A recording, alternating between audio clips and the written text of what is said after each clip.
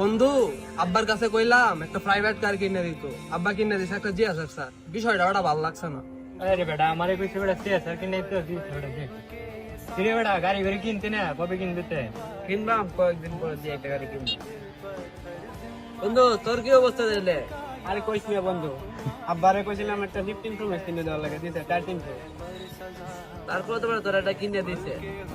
গাড়ি ঘোরা একটা লয়ে আলাই দরকার, ঠিক আছে? তোর দিন যে একটা প্রাইভেট কার লয়ে আলাই ঠিক ঠিক আনান। হ্যাঁ বেটা আমার ওইটাই করব আমারও ওইটাই করতে হইব ওইটা বেচে 15 প্রো করে দেয় আচ্ছা বন্ধু তোরা থাকতে আমি একটু বাড়ি ফেরি।